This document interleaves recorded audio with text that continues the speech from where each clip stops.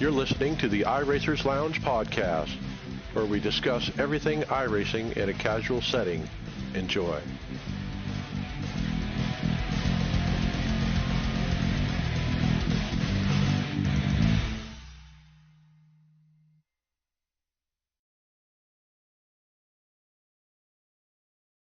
The iRacers Lounge. I'm your host, Mike Ellis. iRacers Lounge is a podcast for the iRacer, where we talk all things iRacing in a casual setting. Joining me are the usual characters, Brian McCubbin. Hello. How's everyone doing? All right, David Hall. Hey. Greg Hectus. What's up, everybody? And Tony Groves. Evening, fellas. We got a great show with the start of the season right around the corner. The final pieces of the Coke Series fall into place as we kick off Daytona week on iRacing. The new season is here, so let's go. GridFinder is growing fast, and that is good news. With nearly 1,000 leagues across 10 different sims and almost 200 iRacing leagues, this is the place to find your next league. League owners, get your league noticed and your grids filled. Remember, it is free to search and free to post your league. GridFinder is the home of online sim racing leagues. Visit www.grid-finder.com to find a league or to upload your own. GridFinder is the home of online sim racing leagues.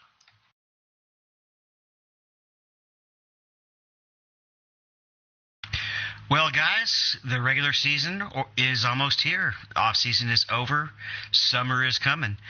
And we kicked things off with the Daytona Clash with a bunch of Coke drivers.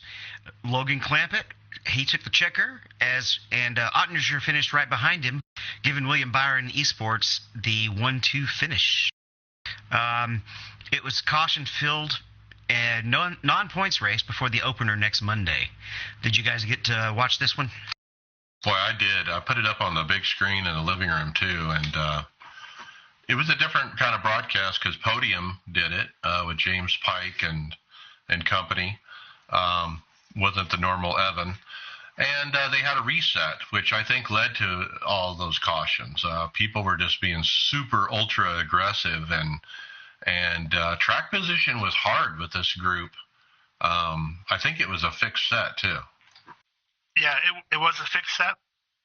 And I think you're right, though. That fast repair that each of the drivers had really made them super aggressive and, little careless, if you will. But there were some times watching that race that those guys were just three wide for lap after lap after lap. Just really good car control for a while. And, I think this was just a situation where they were feeling things out, seeing what the car will do, and just getting ready for next week. I don't think we're going to see this kind of a caution fest that we saw today or this week. Yeah. And anytime you have that repair on there, add that to the fact that it's basically it's basically a checkers or wreckers situation. There's no points. There's no worrying about whether or not you finish second or third or 20th. It's either first or nothing. Yeah, I think I commented during the race to our group. It looked like AI out there, the way that they were three wide and just on a rail. I mean, nobody's moving left or right. Everybody is straight on, all three lines right next to each other, really side drafting. It looked like AI out there. I mean, these guys are the best in the business, and they showed it, really, the way they ran out there. Well, you remember how well we were able to run three wide in the Winter Series as well, because it's half pro guys, right? Yeah, I mean, it's all about the talent and who can hold their line, and obviously everybody in this group can. And I think a part of the wrecks, too, are just these drivers getting to know each other. There's a lot of new faces out there with all the rookies. So as we continue to talk about the Coke news, Brian, look at this ring, man. Yeah, well, so Nick Ottinger, who finished yesterday, we were second yesterday, like we were talking about, he posted on Twitter that he just picked up his championship ring for winning the championship last year. And it's a big ring. It looks like from the photos that he posted. And it's a nice looking ring. It's got the iRacing logo character in the center with his arms up. It's black and silver, or black and it looks silver to me. And it's a beautiful ring. And congratulations to Nick Ottinger, because he really deserved it last year. It kind of looks like a class ring or a Daytona 500 ring. I really like that trophy in the background as well. The Miles Monster. He definitely got some hardware last year. Yeah, the ring also has the colored logo on the side with 2020, and then on the opposite side, it's got his name, Ottinger. And then around the front, around the rim, as you look down on it, iRacing NASCAR champion. It's just crazy that they're doing this. That obviously have we seen the other rings in the past of the other champions? Because this one's, I think it seems to be the first one that I've seen this up and close. It's the first I've seen, yeah. Well, what was the purse 2 years ago? 10K? Yeah, and then it jumped to jumped from 10 to 300, and now we're at 320 or something. So it's a new world. We've talked about that before. And that new world brings in new owners. Yeah, so David, I guess the Elliott Sadler Esports team that we've raced against a lot in the top splits here, but he made the announcement this week on their Twitter that they've got Ashton Crowder and Garrett Maines as their drivers for this season. So it's nice to they posted a video too up here, just showing off the cars and getting us ready for the season. No surprise on the drivers, obviously. We pretty much knew that was going to be the call, because those are their internal drivers as well, and we know Vicente was already announced at another team, so. They're interesting. They got the offer pad. Did you guys notice that from the door bumper clear and Smithfield and stuff are on board? Yeah, and they announced Nutrien AG Retail as a full-time partner. Isn't that the company that Brett works for? Isn't he the one that's always trying to get? It is Brett Griffiths, the company he works with to try and sponsor cars. He's the spokesperson for it. Well, Brett is promoter. Brett has kind of two jobs, and I guess he's retiring from spotting, but he's kind of a manager on the sponsor side. He helps connect drivers with sponsorships. That's kind of been one of his things. So yeah, I don't think he actually works for OfferPad, but he's a partner with them as far as through his drivers in his show. Well, yeah, he's a partner with OfferPad, but Nutrient is the one that he's been talking about on the show that he, I think, like before he became Elliott Sadler's spotter years ago, he was in the PR department or PR background, so I think that's what he kind of does with some of these sponsors. Yeah, in the Winter Series, I've gotten to have a couple of brief chats with Elliott, but one of the questions that we talk with Michael Jeans, who's there, he's pretty much their setup guy. He runs in that Winter Series with us as well, and I don't remember if we've had him as a guest or not, but he jokes that Elliott's actually a little bit mad at him now because he's basically sort of being pulled out of retirement, becoming a Coke driver or a Coke driver owner. Yeah, they'll keep him busy.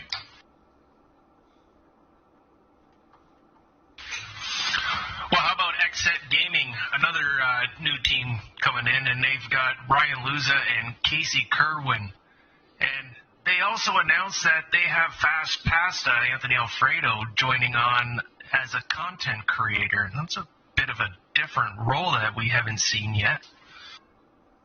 Yeah, that's unique to get an actual Cup driver to be part of the mix, so to speak. But he's a big part of their announcement. In the graphic, you can see Anthony in the background, but he is twice as big as the other drivers. So now, Anthony's got a full-time ride this year, right? So yeah, he's front row motorsports. So the only thing that's letting him obviously be able to do this is obviously they don't have practices and things like there's less of an obligation racing-wise for the most part. So it's kind of odd that he'd be a content creator and have a full-time ride too, right? But it'll be interesting to see how he does all this. Manages both sides. They'll combine no practices and with COVID, not as many sponsor obligations probably, other than Zoom meetings. And this is kind of part of the gig now for some of them. And I mean, Anthony kind of built his name on iRacing before he came up in the real ranks. So I don't think he's ever going to completely leave iRacing. We enjoyed hopping on his stream and chatting with him several times during the Net 24. Yeah, he's a good guy. It'll be interesting to see what I wonder if he'll do more of those videos and stuff where he's teaching us about certain things on the track, what that we should be looking for and stuff like that.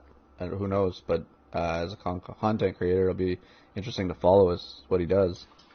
I don't know if I'm old or what, but I don't know this XSET gaming. This is new to me. Was this one of the new teams that came in? Yeah. But looking at their Twitter stream, I mean, they're into all kinds of different games. They do everything. They really came out swinging as a new player in the Coke Series, man. Landing Ryan Luza and Casey Kerwin, man, they are big top names in this series. So they really came out swinging hard. And Anthony Alfredo, that's a good deal too. He's probably going to be doing the Pro Series, right? I imagine he's going to be doing Pro Series when that comes back around again. And maybe they're doing something. The sponsorship has something to do with his videos. Maybe like XSET will be sponsoring his YouTube videos that he's been doing. Who knows? Or maybe they'll sponsor him as a cup driver, in real life, perhaps. We don't know yet with Front Row. But you're right. I mean, Ryan Luza, he's the top of the top. I mean, he's going to demand more money than anybody out there almost. So to get him and then Casey Kerwin is very popular, even though he has bad luck. But, man, that is a good grab. We got some more teams. How about Roush Fenway? Yeah, Roush Fenway announced, and this was all in the week leading up to the Busch Clash, Steven Wilson, 3, as I know him, because he always has a 3 after his iRacing name. But and Nathan Lyon is with Roush Fenway. So nice lineup there. And the David William Esports announced their guys. Yep, they are picking up Jake Matheson and Zach Nichols. They're going to be running the 52 and the 29, and you can pull up their Twitter handles if you check out the website. That's our website, by the way, iRacersLounge.com. You notice the different types of, the Twitters they put out and the kind of media that they put out. I think the one we talked about last week, they had the video of the actual race car with Malik Ray standing in front of it. But some of these other teams, they're pretty low-key. I mean, just a graphic with the names on it, and that's it. That may come down to how much connection they have to a real garage. If you're just a virtual gaming, you may not have a cup car sitting around somewhere that you can throw a wrap onto. Right. Yeah, I was going to say Williams Esports probably doesn't have any access to a cup car because, they're an F1 team backing, right? Like, right. It's they're just odd things. Wouldn't have, like, I would expect, like, we have that XSET gaming. They would be, I thought maybe they would have a promotional video or something like that. Or, I mean, Roush Fenway's is pretty basic, and so is Williams Esports. But you'd expect some of them that focus on different, their resources for content creating vary. I guess Roush probably doing it from their basic account, and same with Williams.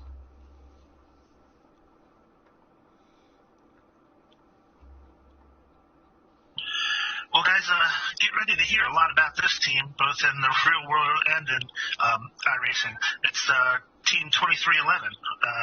which is 23XI Roman numerals that you'll be seeing it. And of course, that's Denny Hamlin's team that he has partnered with a guy named Michael Jordan.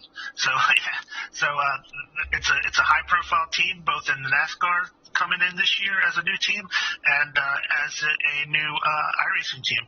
And they landed some heavy hitters themselves. They landed Mitchell DeJong, and they got Keegan Leahy, who's, again, speak of the top guys, he's definitely one of them. And I expect Mitchell DeJong to be very competitive this year, even though it's his first season. Oh, yeah. I think Mitchell's going to be the best rookie of the year for sure. And especially with the increase in road courses, I think Mitchell is going to be a force to be reckoned with in points. Doesn't he run rally too? Yeah, he's a rally champion. So do you think he might be good on the Bristol dirt type, sliding it sideways maybe? Right. He's going to be good everywhere. I think that's pretty well established. He may be one of the best all-around iRacers in the whole sim, as far as multiple different classifications and different disciplines, because he really has it all. Well, now, sorry, go ahead, Greg. I was just going to say, partner up with. It's interesting that they've got the DoorDash sponsor for Mitchell here, which is going to be on the actual 23 car in the real series, and then Keegan Leahy kind of carried over his VRS sponsorship. Well, I think we're seeing that a lot of these NASCAR teams, they're extending the sponsorship from the real car to the virtual car and giving that sponsor that extra value. Hey, we're going to put you on in the Coke series virtually, and we're going to give you this extra benefit, at no additional cost, Maybe there is additional cost, I don't know. Another thing, when I was watching the Clash the other day, is Mitchell DeJong, he's at the Calanda compound in Germany. He was racing at like 4 in the morning at his time. So, he's in the Porsche series, obviously, and those races are a lot more they're in the middle of the day for him. So these night races for Coke, that could be a factor, I imagine, because all of his races are going to be, 9 o'clock Eastern Standard, but he's going to be racing at 4 o'clock in the morning where he's at. And I was blown away with the look that Mitchell has. He's in the Calanda SimSport house with the bright purple carpet, and then he had these like yellow tinted shades on, and he was just pimping style.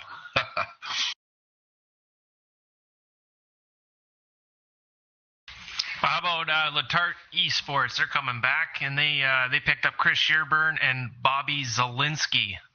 Wow. So they got a pretty stacked team coming into this season. You can't bet against Bobby Zielinski. I would say he's in the top 3 or 4 for sure, best drivers in the series. Steve Letarte got a nice driver there. Yeah, I was talking about Mitchell DeJong being one of the best all-around drivers. Well, if he is, Bobby Zielinski is not far behind. He was a Porsche Series driver up until this past year. So, and everybody knows how well he does on the road courses in these Coke races. Is Mitchell DeJong going to be the guy who upsets Bobby Zielinski's complete dominance of road courses in NASCAR? That's going to be quite a fun thing to see unfold.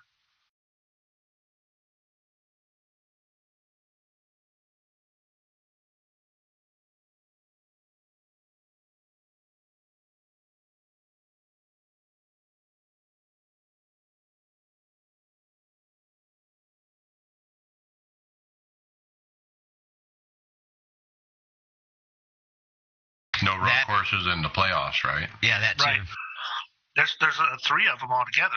We'll get to it, but yeah, it's just not in the playoffs. So Bobby Zielinski, while that might help him getting up there in the points to make the playoffs, it's not going to help him advance like he has been.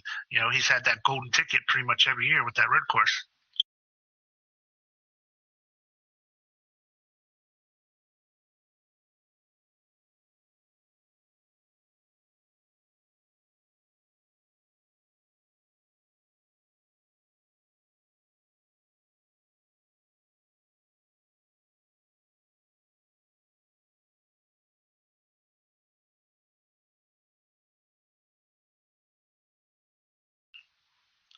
No, I think Mode's been around at least a year or so. Yeah, they've been around.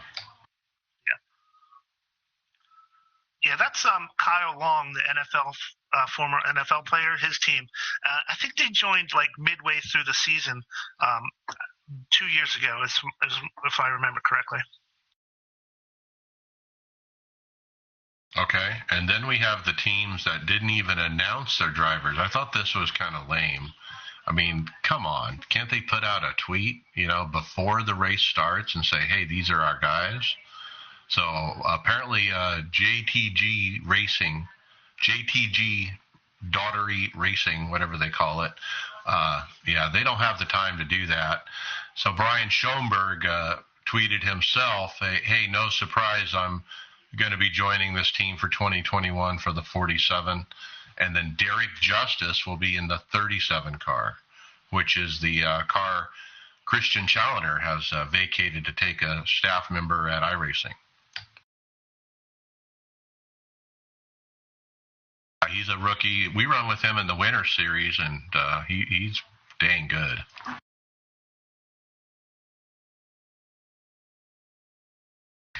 So we covered a lot of the new race teams and new signups.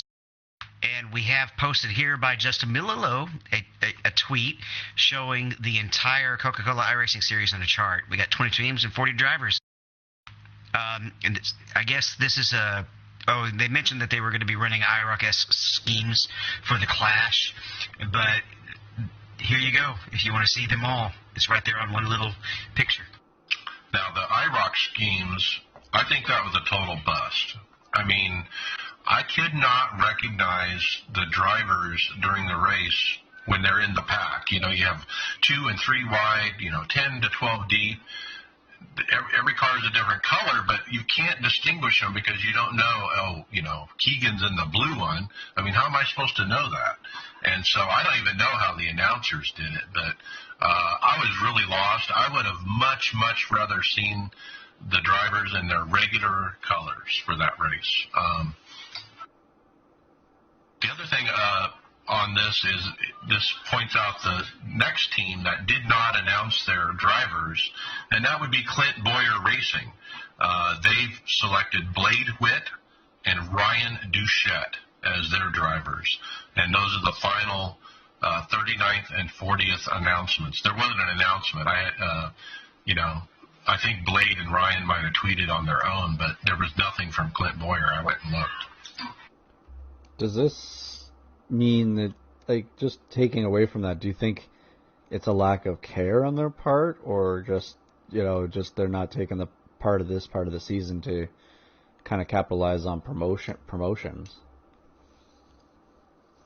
Clint Boyer's a doofus? I don't know. Yeah.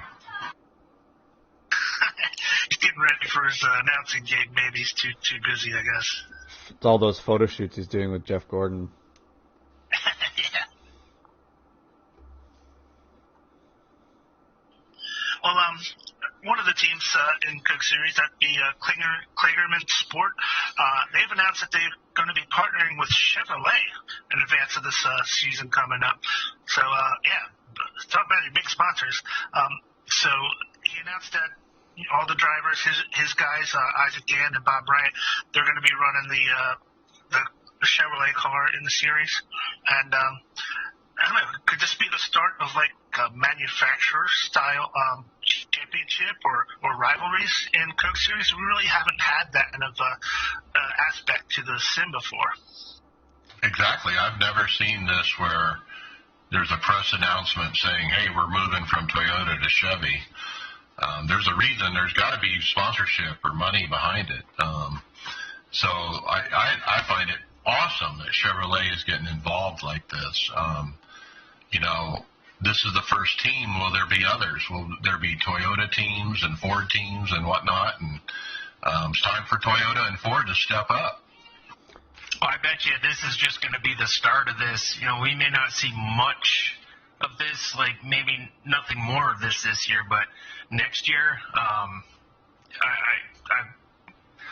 would put some good bets that you'll be seeing Ford and Toyota following up and jumping all over that, and then we're off to the races, so to speak. Would they be doing it, like, I think you kind of hinted on it there, Brian, when you were talking about it, but do you think that they would have a points championship for manufacturers, kind of like they kind of used to do? Like, you don't hear it much about nowadays, what constructor wins the, the old overall manufacturer championship in NASCAR. They don't kind of talk about it as much as they used to. But do you think it would be, do you get like a Talladega, the Fords working together with the Toyotas like they do in real life? And team orders that way too eventually? I don't know. I mean, I'm trying to think of what kind of return is Chevy going to get from this. How does Kligerman, give them some value? I don't know. Well, just talking about, driving, say he wins and he's in his post-race interview, it's no different than, the car doesn't look like your car, you're not going out and buying the actual Camaro or Camry or Mustang that looks exactly like the Cup car. They look totally different, but at least just saying it, when you're in the winner's circle, that, that's, thank you, right? Yeah, it's kind of just it's just saying the word gets it in someone's head, so it's worth something to them. Yeah, and I'm sure comparatively what they spend in other series, Chevrolet's probably just putting in a pittance, for iRacing. So in the long run, they're probably not putting a ton of money on their scale into the series, but they could get some return out of it. We haven't seen, the Daytona races, all IROC schemes. We don't know what their paint schemes are going to look like if Chevrolet is going to be prominent, on their car any more than just the logo on the hood. So, I'm not sure. But it's interesting, and I do think this might start something with the other rival car companies.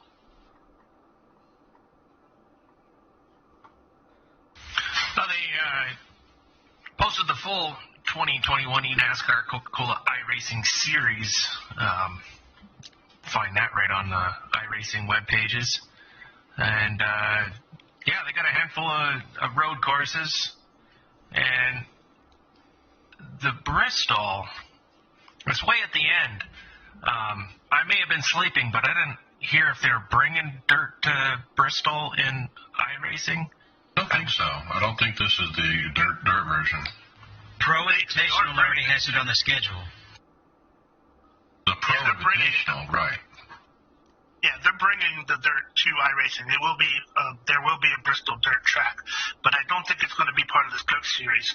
It's slated for the spring race at Bristol, and this Bristol is at the end of the year. So, and it looks like it's going to be in the chase too. It's going to be a playoff race. I would seriously doubt they would put something as unknown as a dirt Bristol in a chase. That 4 chase races, or the 4 races there leading up to the championship, or the 3 races leading up to the championship weekend, finishing off in Texas, but you got Darlington, Bristol, and Talladega as your 3 to get in. And then Texas, I was kind of surprised by that as the final. Yeah, do you think that they went after Texas because of how last year's race was kind of exciting, and then also didn't, it had an odd ending to it too? Like maybe they're trying to just change it up, maybe because the Homestead race was exciting too, but Homestead is, they're using it early in the year like they're actually doing in real life, right? I was kind of surprised it wasn't Phoenix, but it's probably because we don't have a scan of Phoenix. Well, Phoenix would be just the rearranging of the start-finish line, right? Because it still has it on the long straightaway. Yeah, but visually it's way different. I mean, all the stands and the infield is completely gutted and redone. I gotcha. I like this offering, at the end of this season, you've got, 4 very distinctly different tracks, and it's going to challenge all the guys in different ways. It's really going to, you're really going to have to be on your game, to make it through and rise to the top.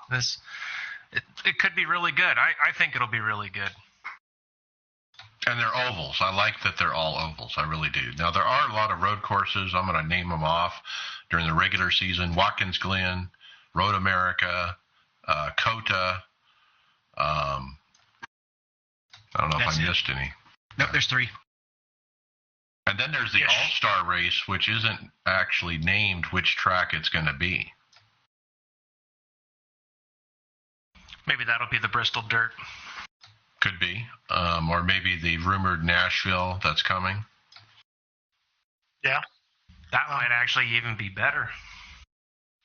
North Wilkesboro is a good track for an event like that, I would think. Didn't they do that last year at North Wilkesboro right after it came out? Yeah, I think so. So they have Auto Club on here, so that's probably going to be the last year that Auto Club's going to be in the season at all under its configuration as it is now. It's a 2-mile super speedway before they switch that over to the half-mile high bank.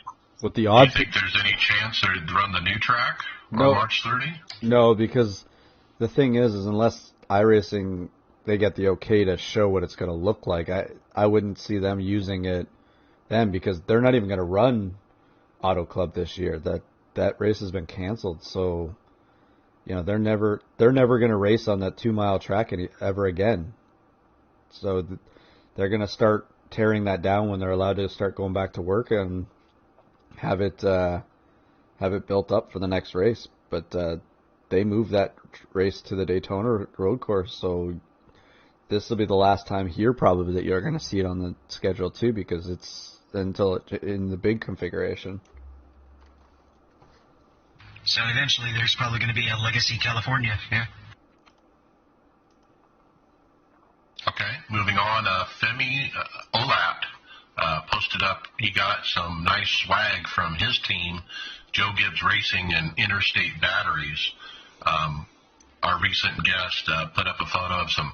He got some hats. He's got a backpack, some shirts, and polos and different things. I think those are masks. There's some masks there. Mask, yeah. What a cool package just to have, though. Like, you got the nice golf shirt, polo shirt there. It's really nice to have all those options to, he can just wear them when he's racing, and because they're going to have cameras on him again, right? I would think so, yeah.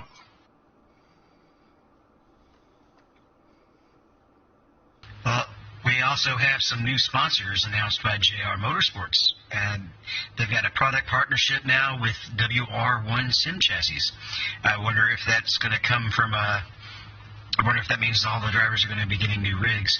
And also Axe body spray, so when they're cashing their big checks, they can also have their significant others fawning all over them because they smell so great.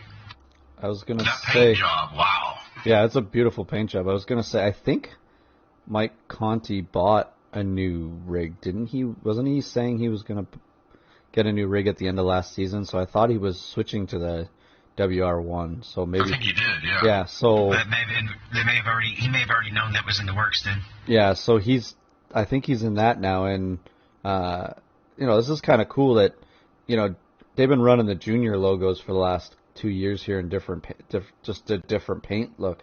It's nice to see them in a different actual, different sponsor on the car. As far as I know, these aren't sponsors of Dale's regular cars, so these are new, probably, I think, exclusive to the virtual side.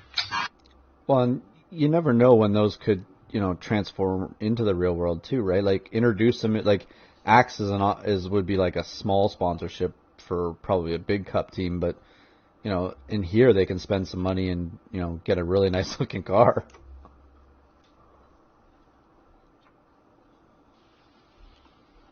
Yeah, I know. Junior's a big proponent of the WR1 Sim chassis. Wasn't he hooking up a lot of the guys in the NASCAR drivers when they were setting up for the Pro Invitational? I think he was getting WR1 chassis out to a bunch of people. Oh, yeah. Yeah, I think they were arriving to, like, Clint Boyer's house in multiples at one point. Him and Harvick were getting multiples of the WR1s. Yeah, so that makes sense to be a good sponsor for his team. That's a good deal for those guys. So, guys, Saturday, getting back to the road, Saturday was the Porsche Tag Heuer Super Cup Round 3. It was at Imola, and Josh Rogers, he took the win Saturday. He was also, with that win, he took over the points lead from Mitchell DeJong in that race. Let's see, second place was Alejandro Sanchez, and third place was this name's escaping me for a second. But yeah, it was an interesting race. I watched it. And by the way, I signed up for that the email text alerts. The text alerts when big events are coming, and it works really well. I was getting texts that this race was starting on Saturday. I wasn't able to watch it when it happened, but it's a still pretty cool service. I do like that. So in the race itself, the sprint was actually won by Sebastian Job. He actually won the sprint with Rogers finishing second behind him. So Rogers started in 7th, and Job started 8th in the actual final race. And at first lap, Sebastian Job, he messed up a corner, wrecked out, and man, he fell all the way to the back. And I think he didn't even finish in the points. So he's our defending champion, Sebastian Job. He's way back in points now. His season's pretty much over by now. But Josh Rogers was awesome. He started in 7th and drove up through the field to take the win in that race. Didn't Job have some other bad luck, like connection issues and stuff? Yeah, that was in week 1, the very first week. He was in a good position. Lost connection, fell down a couple of laps. So, yeah, with that finish and this one, I don't see how he's going to be able to come back. Not the way Josh Rogers is running right now. And some of the other guys, Mitchell DeJong finished strong. Alejandro Sanchez, Kevin Ellis Jr., that's who finished third. So all those guys have good results already. And, it's only week 3, but still, that's going to be a large mountain to climb.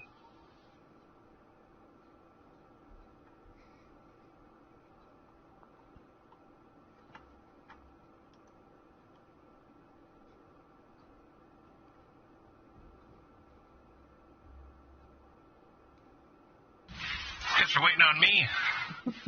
On a video from Ann Ravitz from Snail Racing talking about the VRS GT3 Sprint Series.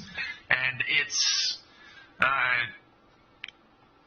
she's a newcomer to it, so she's, telling you, kind of what to expect and what to look out for. I watched this video about a week or two ago, unless this is a newer one. It's pretty good. It's kind of funny, in the sense that she's never afraid to show her blemishes on track. She's telling you you got to be careful with how wide the car is, and going too wide through some of the corners, and she'd hit one of the bollards because she kind of forgot how wide the car is, and she's always really interesting in her videos, explaining everything that she's doing. When she messes up, when she's victorious through various aspects of the race and stuff like that. But from what I've watched of this, I think I watched most of it really. Some good tips and tricks, and it's a good eye opener into that series if you're a newcomer interested in racing this. What's unique about this is it's not Annie's video, or Snail Racing. It's actually iRacing posted this. So it went to a much larger audience, obviously. So I think it's really cool that iRacing is, partnered up with her to have her put content out, or, put together content on their behalf. That's great. I mean, she's so new to iRacing too, and now she's already got this huge following on her Twitch and all these community different things she does, and now she's doing iRacing videos. That's great. She has come a long way. She's not, I wouldn't call her, I guess a year is new compared to, say, 10 years. But she's been around for over a year now. And what would be really neat, with the greatest opportunity of following her, is you should go back now and watch one of her first videos in the rookie road cars compared to what she's doing now.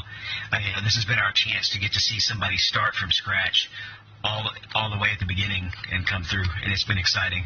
And now she's a full-on partner at Twitch, and it's probably actually bringing in some income through iRacing. Now, watching this video with the way it's being promoted through iRacing, do you think this opens up the opportunity, like what she's doing here, do you think they could get other influencers to, to talk about series? Like, we have those guides and things like that for the cars, but we don't have anything that kind of promotes series this way. And having videos like this might, whenever I watch some of these videos and that talk about stuff, it kind of gets you amped up to try and, go and race some of these events. Do you think maybe having more of these videos around would get more people interested in some of these series? Because instead of just looking at a picture and a track and understanding it, maybe seeing this and seeing what all the series is about and giving a talk about it might attract more people to it. Absolutely. I mean, I haven't even thought about the BRS GT3 Sprint series until I watched this, and I'm like, maybe this would be good for me. I mean, I like the short road course races, like the Ferrari GT Challenge. So after seeing this, I'm like, maybe I'll get involved. So I think it absolutely does work. And, obviously Annie's a woman, and he brings in that whole diversity thing. Can we bring some diversity to iRacing, get some more females involved? I think it's great. Now, David, do you know what that overlay that she's using on that is from? I would have to take a look. I have not gotten to watch this video yet. But I'll take a look real quick. I saw the same thing on Anthony Alfredo's stream, and I can't figure out which company is this overlay is from. I'll tell you what, I'll just ask her. Yeah, that's what I was going to. The throttle trace is the one you're looking at. It's pretty cool. The throttle trace, and I like the thing that she's got in the center of the screen there, where it just the quick little bit of information that shows up just right there. It's got all the information you need quickly for your people that are watching, and it's really nice, and it shows the gears as it's changing and everything like that too. It actually shows. I don't know if you guys noticed on the one part here too, the the box for that goes over top of probably her relative box. It actually has a progress thing at the top that shows every car on the track and where its progress is on the lap. Did you see that? It moved. There's all kinds of neat stuff on her stream. Yeah. All right, next up is, boy, I can't believe it's season, the Daytona 500. Tyler Hudson has posted up our schedule for the 2021 Daytona 500. Boy, it's regular times as usual, NIS. No surprises on any of this. It's the same as usual, right?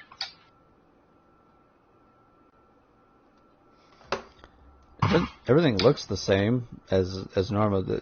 It was 25 DQs last year, so everything still adds up to the same size, 37 car fields. This is going to bring out big numbers for all next week. People have been itching for the Oval Series to come back and get going here, the NIS Series, and to start NIS with the Daytona 500, the biggest race of the year and the most attractive race to start off the season. It'll be great to get in there and do it. After what we saw in the 24 hours of Daytona, the amount of people that drove the largest event ever on iRacing, I think this could trump it. Do you really think we could get, a record amount of people show up? Well, we're not going to hit 11,000 people. It's individual too, right? So it's just me deciding to go and race. It's not like we're, we got to put teams together and we're talking for a couple weeks trying to organize and get a whole bunch of guys together, or it's just like, oh, it's ready to go here, and you click on it and go and race. There's a little bit of a difference there in attracting people to it, right? Because if you even look at it, like for you guys, when we were running we're mostly strictly oval guys. There's a couple of us road, but most of the team ran a road event there, so that's attracting half of the team into a road race that wasn't there. So if you imagine how much other people gets attracted to the 24 hours of Daytona, I just don't see pulling the road guys the same way. That and worldwide, road racing is still bigger than oval. Oval is kind of our American thing, and it's spread some, but IMSA sometimes is drawing 300 or 400 people just for every 2-hour race, whereas that's what we're struggling to get for the NIS races right towards the end of the season. So road's still a bigger overall participation, I think. The Friday night one, and what do you think? The Friday night one will be the big one. And possibly maybe the Sunday morning, but not. But I think the Friday night one will be the big numbers. I'll rephrase and I'll say this will be the largest oval event ever. Yeah, probably. It could probably triple the numbers just like the 24 did, as far as number of splits. And so will it go off without a hitch will be the question, or will it be delayed 4.5 hours? Well, I think the thing that's different here too, Mike, is you're not entering a team in, like I was saying again, either. You're individually clicking to enter at a different time. It's not everybody entering right at the same time. You got over a half hour or so, people are gonna click the join button, and there's also, multiple events during the week to do it. I'm going to guess there's going to be about 900 registered. The first event of the Daytona 24, the earlier time zone, went off fine, and they had about 3,000 sign up, right? So it should go fine. Yeah, you're spreading people out between 4 different time slots too. Like the Daytona 400, everybody was starting either Friday night or Saturday morning, and most of them were Saturday morning. So I don't foresee any problems, but you never know. But I think it's a little bit different than the 24 was. But I do expect a lot of people to show up. I think Mike's right. This might be the biggest oval event that they've had. The nerves are setting in about, are we going to have a set that's going to be capable? Have any of you guys tried the new iRacing setups that they put out that are supposed to be top split competitive? Nope, but I will this year. So that throws a whole new wrench into things, right? Well, it's another way to get setups that are supposedly top split, but yeah. Doesn't everybody? everybody? You know who the source of that set is? Those sets are, right? No, I forgot. It's basically Tanner McCullough, who was providing free sets. Well, now he's getting paid by iRacing to provide them. Doesn't everyone claim that there's this top split setups when they make them? Oh yeah, well, anybody who's charging for them, I'm guaranteed they're advertising it like that. Well, I can see us as a group grabbing Tanner's set, the iRacing set, and using that as one of those baseline startup sets that we start with to figure out which one are we going to use. I'm sure we'll have options coming in on Monday and Tuesday next week and go from there, right? Well, that's kind of how we roll. We just wait till the day before and figure it out. Yes, that is how y'all roll. I was going to say, is the A car at Daytona next week as well? Well, yeah. Not necessarily. They never don't match it unless it's an off week. A-car always matches NIS unless it's an off week for NIS. I really think I'm going to try to run the Monday night before the Wednesday 500 just to get a warm-up. I haven't been in a stock car in a while. I've been running the Junior Series, but I haven't been working on the setups. So, Mike, a few weeks ago, you had mentioned possibly thinking about doing the fixed races this year. Is that something you were still thinking about? Yeah, teammate Steve Llewellyn is definitely going to run fixed for the season. He talked me into running at least one a week with him. So I'm going to run Sunday nights, basically, will be my time frame to run the fix. But, yeah, based on the sets are better and they're not going to be all tight as tight, I think that's pretty much why I kind of gave up on it last year, is it's so freaking tight all the time. And but yeah, I think they got something different going on with Tanner now. So yeah, I'm going to give it a shot. Cool. I'm actually thinking about doing a fixed setup as well. So Sunday night would actually work for me. So maybe I can hop in with you guys and we can walk through it together. All right. So Go ahead. Sorry, go ahead, Dave. I was going to say, Mike, how's the weather over there in Arizona? You been getting a lot of rain lately? No.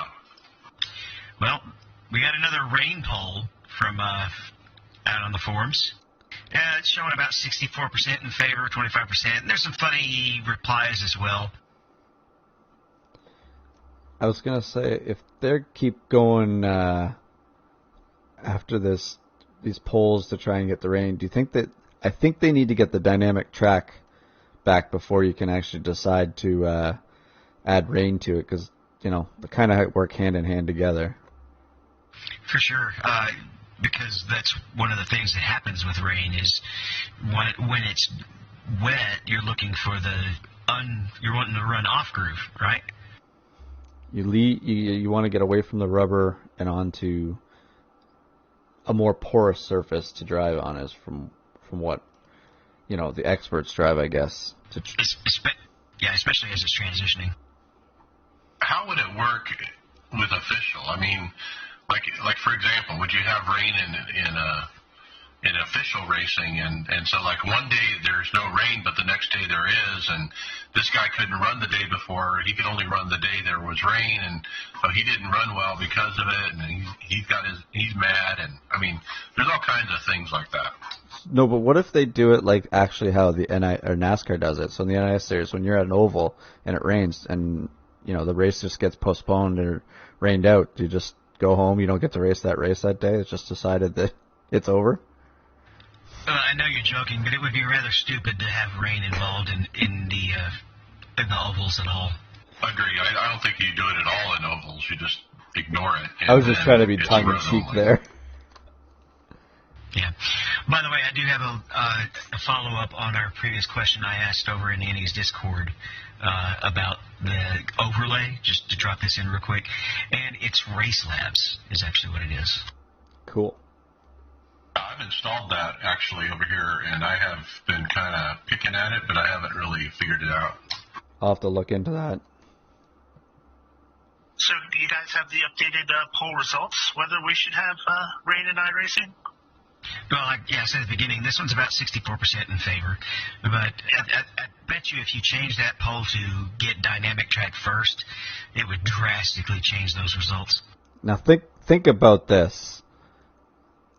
We spent all this time last week talking about the 24 hours of Daytona. Imagine throwing rain into that at some point during the night or during the day or something. Like, could you imagine all these different things getting thrown at you? One guy has to deal with rain in his stint, and then the next guy is in a track drying up or whatever. That would be so.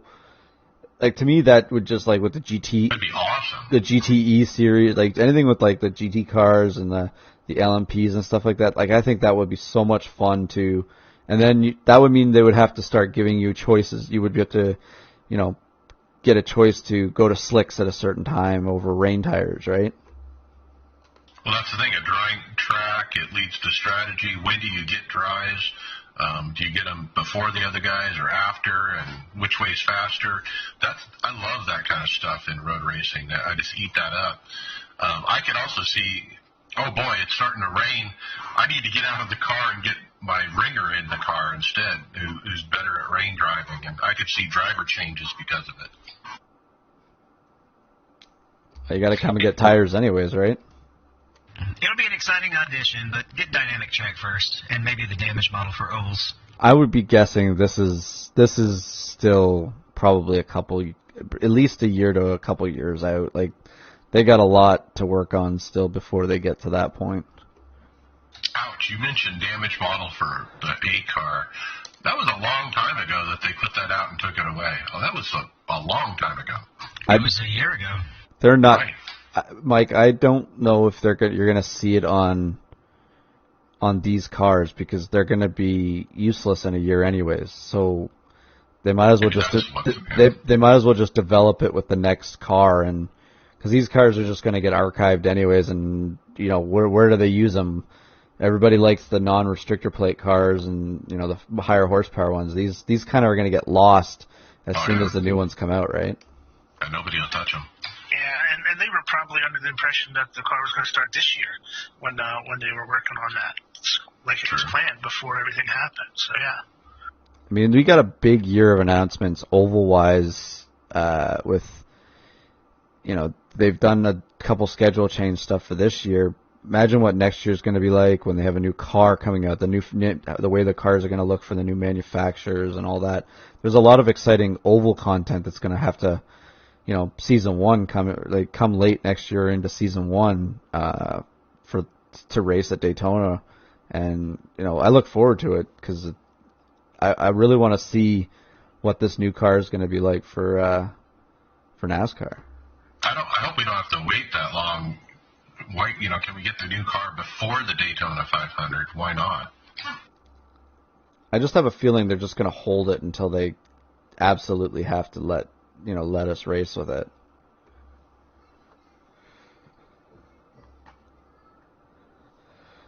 So, David, I know maybe you can help me with this one, understanding this more. So, according to Racers.com, IMSA is going to be replacing the GTLM class with the GTD Pro class in 2022.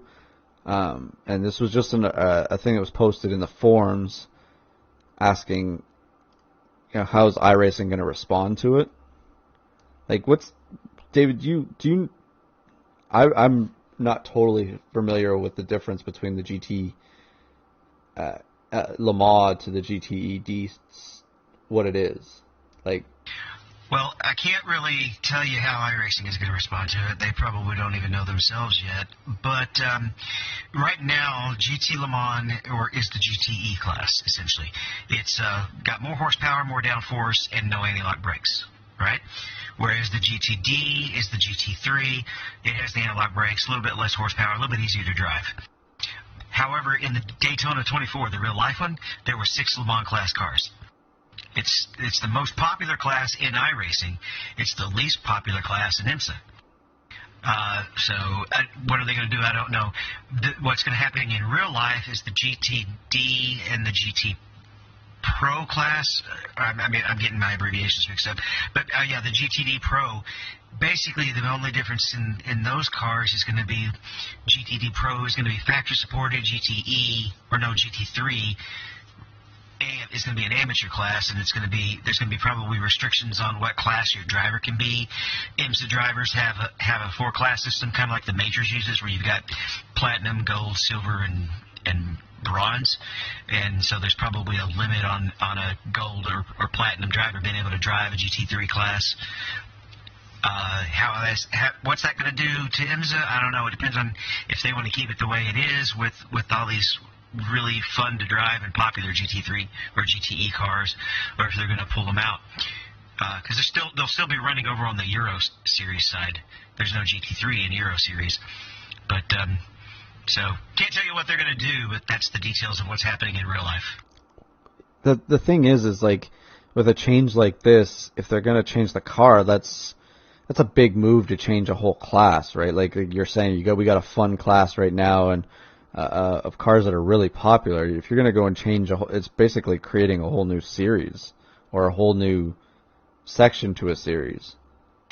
Yeah, and I don't know that I would be too excited about having 2 GT3 classes that race separately in the on the online series, because how do you accommodate for factory support versus non-factory support in the server, right? Yeah, you just ignore it. So it would be horrendous to have somebody running the GTD and somebody else running the GT Pro in sim, and they basically have the same car and they're racing each other for position, getting in each other's way instead of one class being clearly superior enough. That's why nobody liked to drive the old C7, because it just wasn't faster enough than the GTE, and a low I rating C7 was more of a chicane for a fast GTE car.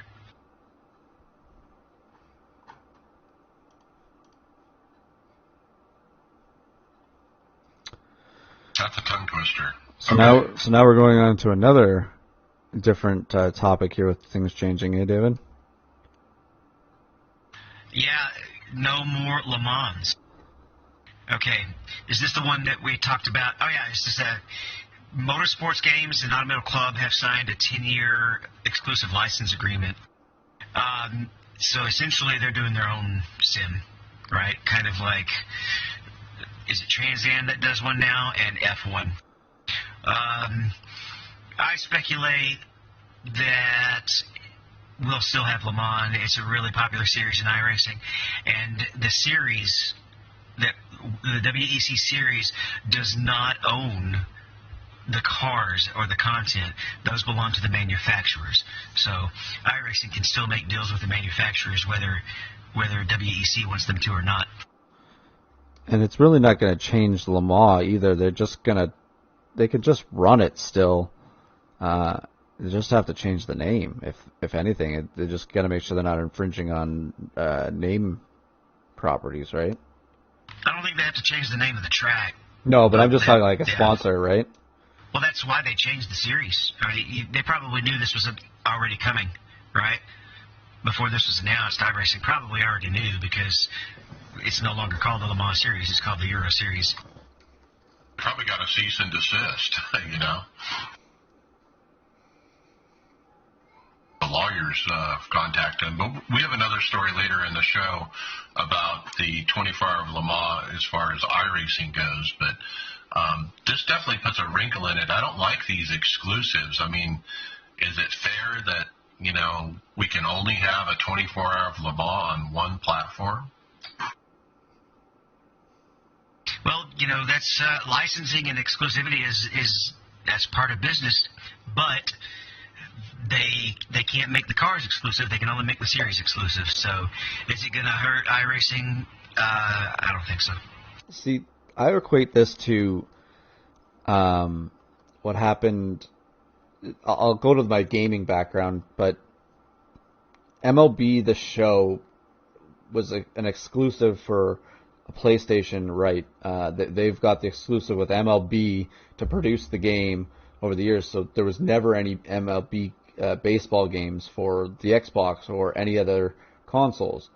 But eventually MLB stepped in and said, you know what, we need to get some more revenue or get out to a bigger fan base. So now, even though it's produced by PlayStation and marketed that way, Xbox is now getting the MLB show to get it. So like something like this, it's one thing. It's weird that they signed a 10-year contract, but sometimes things change where if it's not working and they need to get a different dynamic in it, they'll change it. Yeah, who was it? Which company that we were talking about that was stuck in a bad 10-year contract earlier? It was brought up in the chat. Disney. Disney signed a 10-year contract with Star Wars, or with EA to make Star Wars games, and I think there's only been in the 8 years that Star Wars has been licensed under them, they've had like 2 or 3 games that have actually come out, and only a couple. One of them was probably the only good one. Like it's such a hard franchise to please, and EA has been taking so much heat for that license, and now that it's coming up in a couple years here, Disney's moved on to be working with some other studios, still with EA, but they are working with some other studios to produce video games for the Star Wars franchise. Well, you know, the online world is changing so fast. I would venture to bet this might not be the smartest move for WEC, but only time will tell. Now, I'm going to jump ahead to a story further down. It's the 2021 special events calendar. Greg West posted up the completion of that here today, I think it was. And at 24-hour Le Mans is not in the list, but at the bottom of the list, there's an asterisk. It says, we are looking to add an additional endurance event in France at some point in 2021. So, and some of the discussion is in the thread below what Greg posted was, hey, let's just run it, but let's call it a different name. Let's not call it the 24-hour Le Mans. Why don't they just do the 24-hour race in France or something like that? Like, it doesn't really... Nobody cares about the name. Everybody just wants to race the event. Yeah, it sounds like they might be looking at creative ways to hold that event, right? Without breaking any contracts or anything. Well, having lawyers come after them. Daniel Avery posted that on the Le Mans website. It says, quote, video games that feature the Circuit de 24 Hours of Le Mans under ACO license do not have the right to invite sim racers to take part in or give the impression that they are the organizer of a virtual 24-hour of Le Mans. Sounds like it's going to be an interesting, because what I'm wondering if they're going to have to update the things on that track, because they're going to have, there's things all over that track that say 24 hours of Le Mans and stuff in the sim here. So do you think they're going to have to update billboards and things on that track just to be compliant? Even if they do that, even if they change the name and they still run it, I could see the Le Mans lawyers taking this up, based on what I just read. It pretty much says, you're not allowed to have any kind of anything that resembles a 24-hour Le Mans. Well, just make it the 23-hour. I was going to say, just add a 5-hour layover, call it 29-hour. You already do that. Is that too soon, Tony, or are we just, I don't know, maybe it isn't too soon anymore. No, that's perfect timing.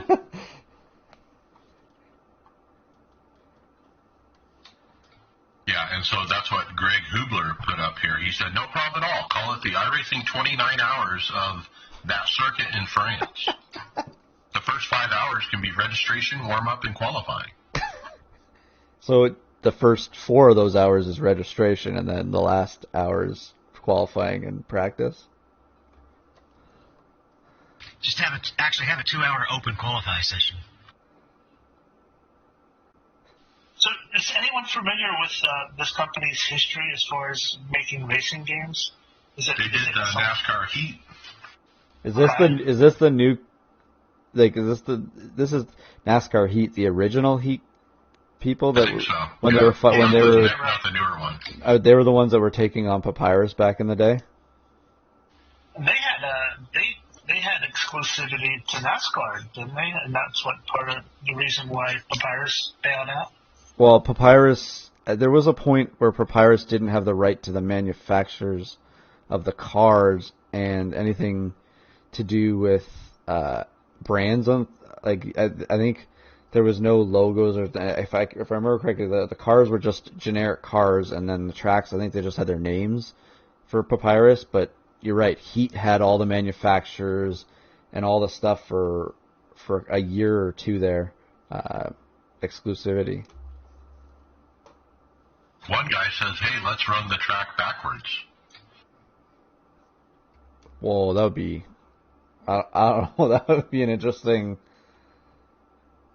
But And I'm assuming they can't control hosted sessions, right? I mean, they're taking liabilities for still having the content, right? Like, what I was even getting at there too is they're gonna have to, even with what it sounds like here, they might have to do some updates to the track and take some logos off. Anything that says 24 hours or whatever has got to disappear from the actual content here that we have, if this stuff's true, right?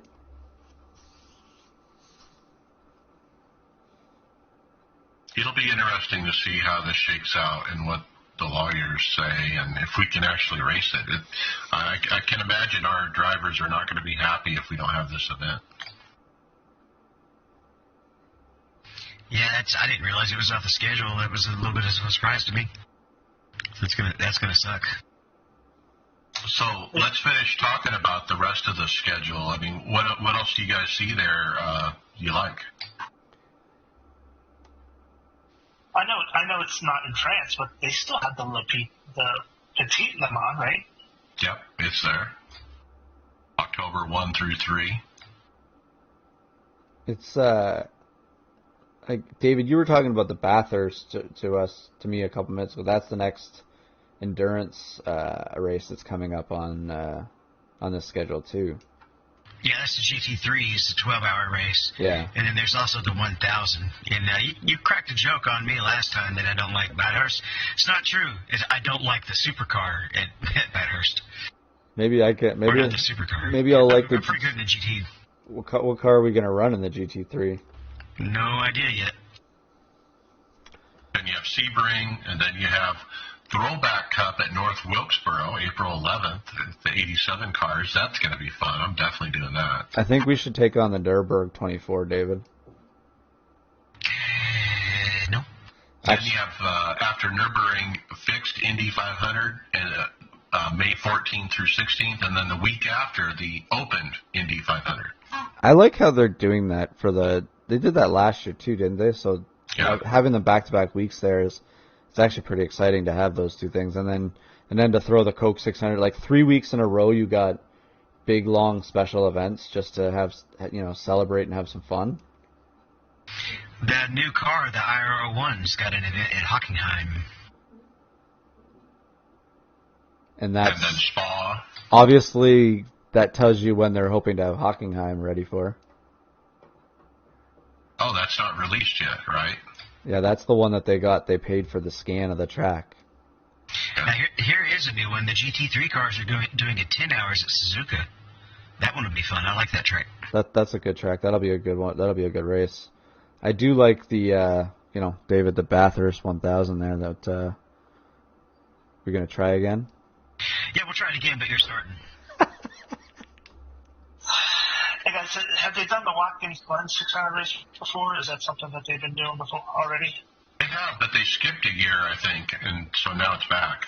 Yeah, they didn't have it last year. This year they do. And that's a multiple driver. Yep. Yeah, it's team and it's IMSA cars. Mike, there's the one for you on here, the Throwback Cup at Northwoods World. Yeah, definitely going to run that. Greg, we already discussed that. Did I miss it? Oh, I'm sorry. Yeah, you missed it. What are you doing, producing or something? No. Just sitting here. No, they left they put on the NASCAR finale at Phoenix, November 3rd through the 5th. So I imagine that's one of the full-length races, so that's why it's on here. Yeah, it's Daytona, Coke, Phoenix, and Darlington are the full-length races for NIS this year. Darlington. Darlington. It's such a painful race. They also have the Knoxville Nationals for the 410 wing sprint cars. That's a big race. And another thing that's interesting is they have in November they have the Winter Derby in the super late models. Now, I'm assuming that's the snowball derby, right? I'm surprised that they can't use that name. Probably the same problem. Did they run it? Chili Bowl on the next one. Did they run a Chili Bowl this year? Yeah. Yeah, it was before the New Year, so it was. Oh, okay. Yeah, it's not on the schedule.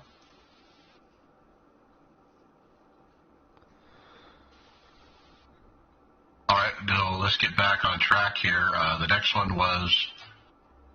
It's a wheel that we talked about last week, actually, in the hardware section, and Brian's going to tell us who bought one.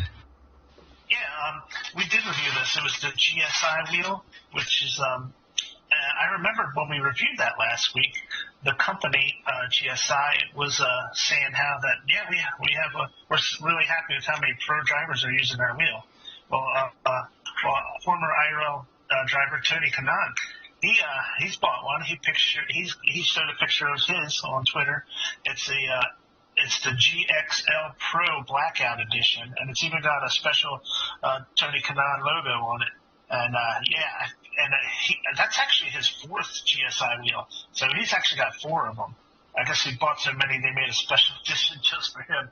But so we thought that the wheel we looked at last week was a really nice looking wheel, and I really like this Blackout edition too. It's really nice to look at visually. Just even obviously in VR you lose all the stickers and the logos for what you got on here, but when you're running a monitor display, you got all your buttons here, and they all have, I don't know if this is how he's got it set up or whatever, but You know, tells you where the reset button is, the volumes, previous and next for scrolling and stuff.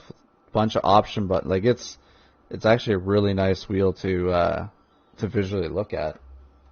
So I guess this one came without the display? They had both. There's one with display and one without. So any VR user would probably want this version.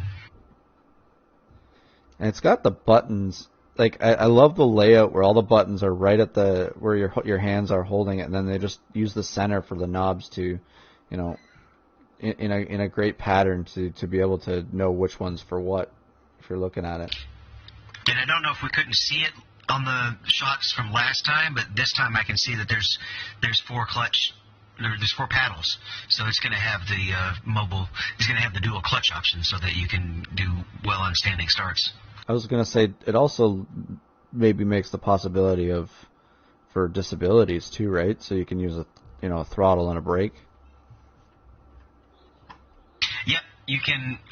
I know on the Formula wheel you can actually choose that as an option, where one is set as throttle and one is set as brake. But I know the guy we talked about last week, he prefers to have both of them be throttle because he wants to switch back and forth depending on which way he's turning the wheel.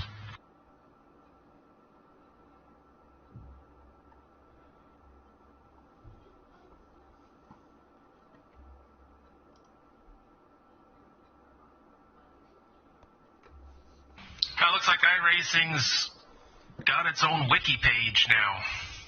And it's, I gotta imagine this thing's pretty new and I haven't heard about it. And it's already pretty darn robust. Lots of options there. 1,700 pages so far. Yeah, that's a couple. And so this is your typical wiki fan-made database. So it's editable by the actual users, which is always seems to me kind of interesting. That just anybody can make edits to it, and maybe not checked up on how accurate some of the posts or changes are. It has a tire model history tab. iRacing.fandom.com is the website. Now, the coolest thing I saw, I went digging in this, was somebody made a list of upcoming tracks that are on the way. And I'm going to read them off because I kind of lost track of which ones are coming. Bellevue High Banks Speedway Fairgrounds, Bellevue, Bristol Dirt, Federal Auto Parts Raceway at I-55, Hickory Motor Speedway, Hockenheim Ring, Hungara Ring, Kern County Raceway Park, Knock Hill Racing Circuit, Lucas Oil Speedway, Nashville Super Speedway, Rallycross Cataluna, Rallycross Knock Hill, and Red Bull Ring. Some of those are new to, like the rally ones we didn't hear about. I don't think I've heard of those. What about the Catalina one? I don't remember them doing. Yeah, I remember that. Okay. But man, there's a wealth of knowledge here, guys. They have so much stuff. Definitely worth checking out if you're bored.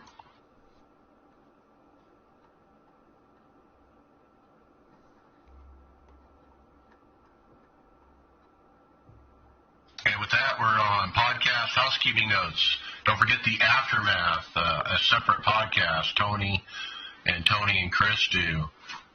You need to subscribe to that separately. Don't forget we're on the Performance Motorsports Network. You can check us out over there. And don't forget our new website, too. We've worked real hard on that to provide great visuals for you to look at while you're listening to the podcast. It works great on a cell phone, guys. It really is easy to read. Check it out. Hardware, software. First up, Fanatec has unveiled their new CSL Universal Hub for $182. And I don't know. I kind of look at it, I was like, oh, I think now I get what. I don't even really know what the heck I'm looking at here.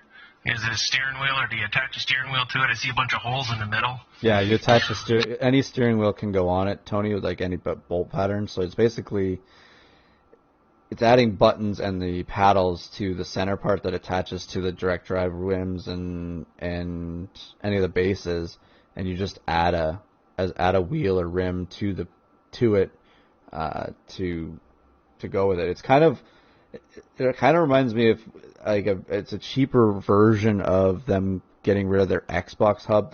I think Mike, you and I have that hub. I think Tony has it's a piece of crap too. You haven't had any luck with it. I haven't had any problems, but it's a different option, I guess, for people to buy for a universal hub.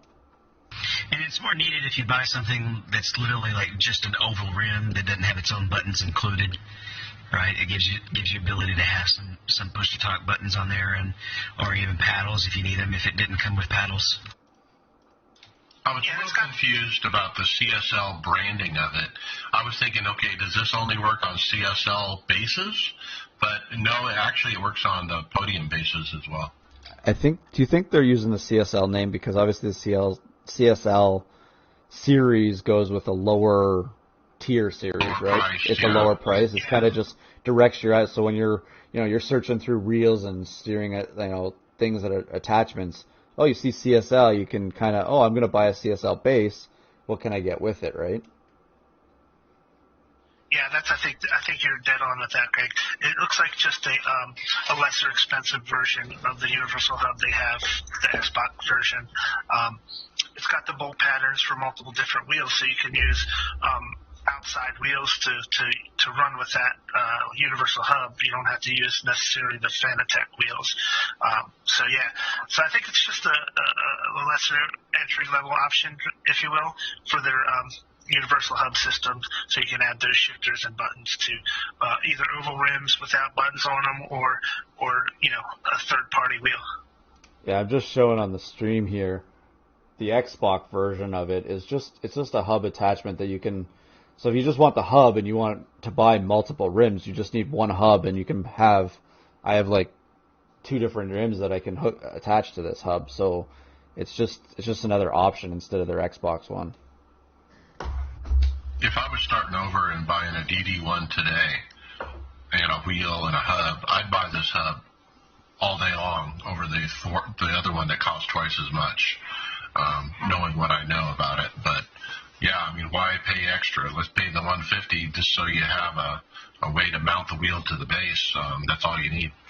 Well, and the other thing is if you look at it, Mike, they've learned a little bit from the Xbox. It's kind of like when they upgraded the McLaren GT3 rim.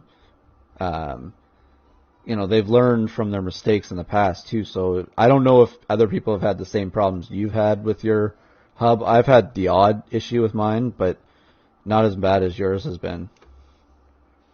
Well, I'm going to knock on wood while I'm talking about it, because I do have that same Universal Hub with the NASCAR rim like you have, Greg, and I have not.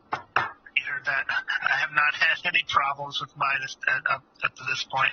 Although, I don't know about you, Greg, but do you have any issues trying to reach the buttons with your fingers, with your thumbs and stuff? Because I had that problem, and I remounted mine actually through one of the holes in the rim itself, and didn't use that little the bracket that it comes with.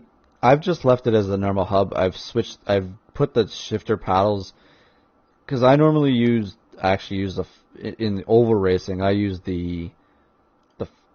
I'm gonna switch this year because I've had problems with the Fanatec shifter. This is so endorsing for Fanatec right now, but the Fanatec shifter that has the miss shifts. I'm gonna switch it to sequential this year. I don't use the paddles. I only use the paddles on my steering wheel for push to talk. So one for in race and one for actual racing. So, or like our team speak. So the paddles I've switched backwards so that I can reach them easier. But you're right, with the oval rim, it is not very. These I don't know if this hub here would be a lot different with the oval rim, but the Xbox One doesn't really work with the deep dish of the oval rim. But if you've taken the push to talk button and moved it, it's kind of a nicer way to do it, I guess. I know a lot of people that I've seen with the oval rim go and buy a push to talk button. Yeah, the paddles are far away on mine. I have big hands, and I really have to reach for it and get it with the tip of my finger. Yeah, I agree. And, with NASCAR next year going to sequential shifters, I'm not sure how. Uh-oh. The paddle shifter on that NASCAR hub is really difficult to reach. And you're talking a 6-gear transmission, too. So you're going to be shifting even more than you are right now. So I haven't decided how I'm going to work that in to next year's cars. Have they? I know we've been talking about it being a 6-speed, but I know some of the videos only showed a 5-speed for certain things, and theirs is an actual sequential down in like the where the actual gear shifters was still located. So I don't think they're obviously not on this version yet going to paddle shifting. Well, there's sometimes even in the Indy cars when you really only use 5 gears and the 6th gear is just for like when you're in the draft, overtaking, things like that. Yeah, or overtaking. Good point. I mean, if you're out there on the track by yourself, you'll never touch the 6th gear, right? It depends on the track, and it's really just going to depend on how the car behaves, right? But there are some situations where a car that has 6 gears doesn't use all 6 gears, depending on the track you're at, especially on shorter tracks. I don't imagine you're going to be shifting in and out of all the way up into 6th gear at Martinsville. That's the movie gear. Yeah, I was going to say up and down, up and down, up and down. The Vin Diesel class of shifting. Let's go on to, speaking of shifting gears, what a good transition here. We're going to go to an actual rig review that's in a rig.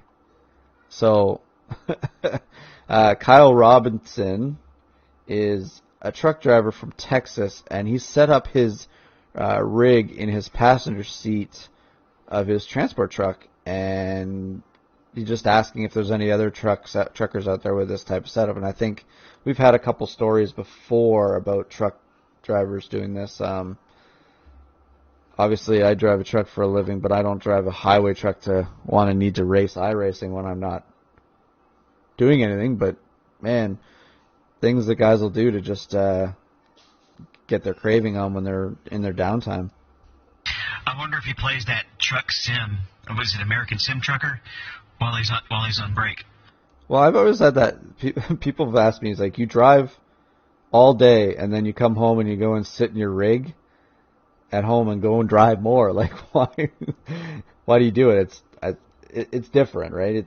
But I get what you're saying. Imagine it's like a pilot. Do they get in their flight sim after they get home and go play flying? Well, I'll make a little personal knife analogy. I recently bought a new vehicle, right? And I actually got an SUV, and I've always loved sports cars, but I get enough sports car in the sim that I needed the SUV so I could lug my drum set around a lot easier. So I'm going to describe what this looks like. And so it's the passenger seat where he has it set up, not the driver's seat of the rig. And he's got a box to the left of the seat where a computer is sitting in, a desktop computer. He's got the keyboard and mouse on top of the computer, Logitech headphones off to the side. Looks like maybe a CSL wheel or maybe a Thrustmaster wheel. And then maybe like a 24-inch monitor, a single monitor. Now, it looks like everything stays in place except for maybe the monitor, and he just puts that up when he needs to race, and everything else is ready to go. I think the thing that helps him on this truck, if I'm looking here, it's also an automatic, so he can mount a lot, or put some of the stuff in the center there. If you had a gear shift there, it kind of would take some of the room up for what he's got here. But he's got a lot of. It's just nice to, he's obviously got the windows covered up and everything too, so that he can, while he's racing, he doesn't have the actual stuff on the other side of the screen bothering him too, and maybe anybody looking in at him and see what he's doing. But it's great. More what it's about. It's an awesome setup too. But he's got the old bungee cord holding the CPU to the seat. And what about internet? I don't think there's any word about how he gets his internet, but wouldn't it be a hotspot? He's probably at a stop or something. yeah, truck stop, just tapping into their Wi-Fi. He'd have to be I always found you'd have to be closer to the try and park as close as you can to where the signal's coming from, because sometimes those signals for the Wi-Fi way out there is could be a pain. Obviously, is he racing or is he just practicing, kind of thing? It would be interesting to see if he actually gets some racing done while he's doing this. Well, if you have a strong signal, how good are the pings with 4G? Well, in the thread, there is a reply from Marvin Turnmeyer Jr., and we've talked about him before. He was the original truck driver who was using his mobile hotspot to race while he was doing over-the-road trucking. And he said he's been doing it that way since 2010. Well, 4G is pretty fast as long as you're within range of the tower where you're not dropping packets a lot. Yeah, even Greg West commented in that thread saying that it was pretty cool. It gets pretty boring. I did long haul for a year. It gets pretty boring when you're sitting in a truck stop and you don't really have much to do. So if you could pass time doing this, why not?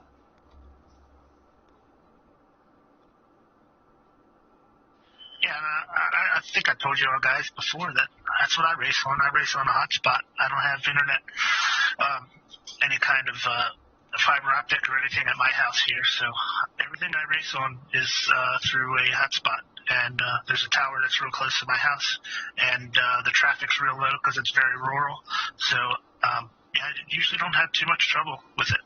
Do you run out of gigabytes, or how much do you use a month? I'm on an unlimited plan, and man, we use it for streaming and everything. We're hitting around 300, 400, 500 sometimes gigabytes a month. And you're not throttled after a certain part? Yeah, like after 22 gigs we're throttled, but it's based on consumption in the area we're at. So because it's so rural, not a lot of people are on that. So yeah, it doesn't really make a difference after the throttling kicks in. Mike, it's not the internet companies or the hotspot that's after Brian. It's the electricity bills to run his rig.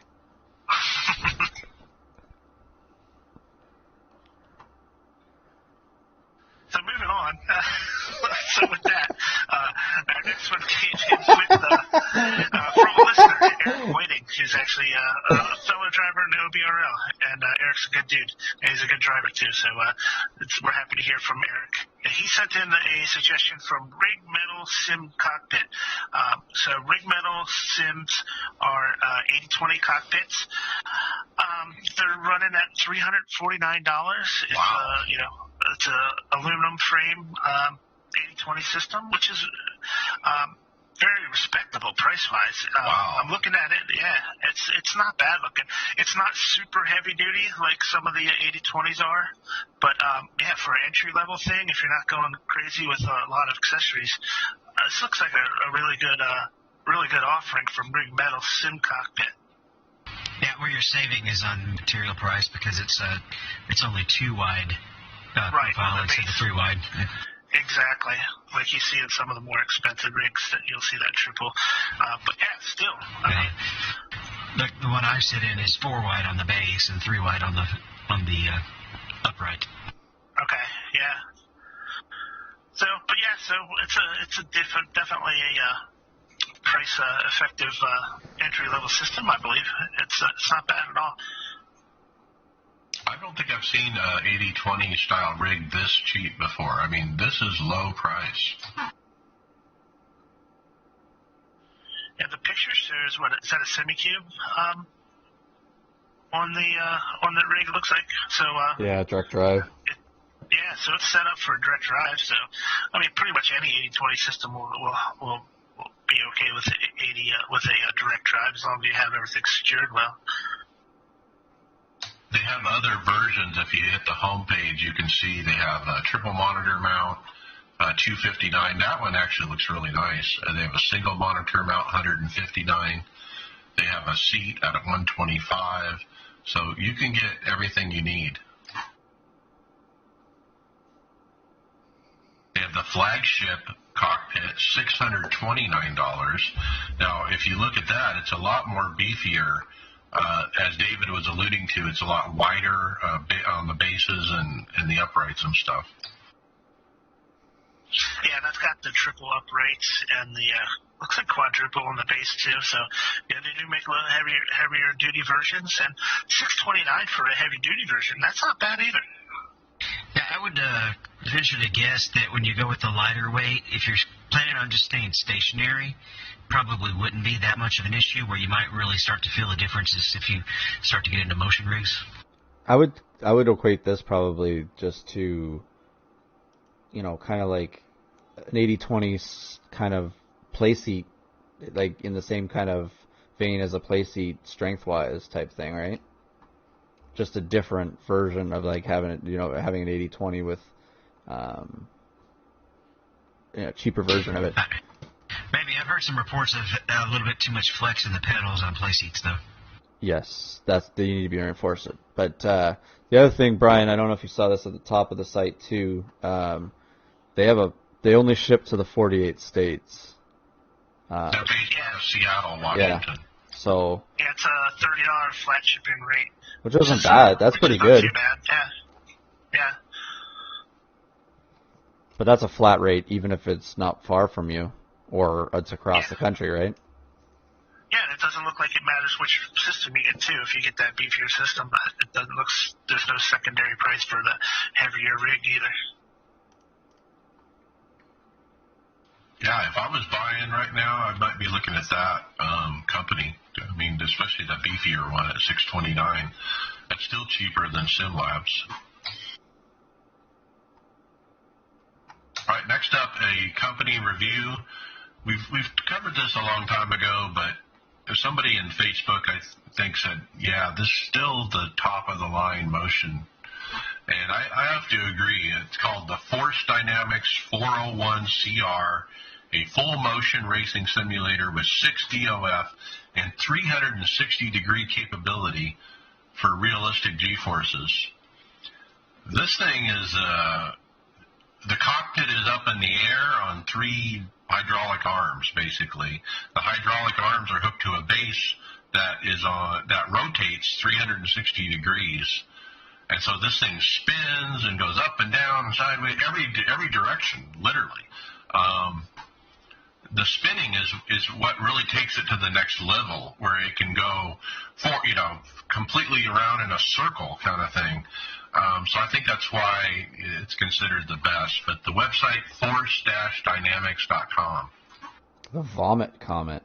Imagine if you get in a bad spinning wreck. It looks like an amusement park ride. It's really interesting because everything is mounted like behind you, and then just the platform for your feet and the monitor and wheel in front of you. So it's almost like you're hanging over the edge. I watched the videos of this thing being in use, and it can be a pretty violent ride when you're racing this thing, especially when they were showing some of the Pro 4 trophy trucks in that. Man, that thing was bouncing all over the place. Now, is that the PC actually mounted behind the wheel, or is that something else? Yeah, I think it is. PC and monitor, everything is up on the rig, yeah. So I'm guessing the power supply for the actual unit is in the center somewhere on the bottom, where it spins around, it spins around in, and then everything can be plugged into the actual top part, so it spins with it. But there's one cable running into the back of the chair. But if the PC is actually mounted up on the rig, you don't have to worry about running your cables. All of your cables can be internal right there in the system, and all you need is the power. Yeah, that's what I'm just saying. Like, it would be its own power. It's like almost like a power bar. Well, if you check the videos, there's a video of him on the dirt track in iRacing, and you can see there's like hoses that come up. There's 2 hoses that come up to the chassis that contain the cable. But they're kind of long and loose, so they can move about as this thing jockeys about. But man, the amount of movement is incredible. It's like your motion rig, Brian, it moves at just a few inches, right, on each corner, and that's it. This is like a whole nother level. Yeah, I mean, I don't know if that would be enjoyable for a really long period of time, to be honest with you, that much movement. I mean, I'm assuming you can probably dial it back a little bit, but that kind of motion for a sustained period of time, I just don't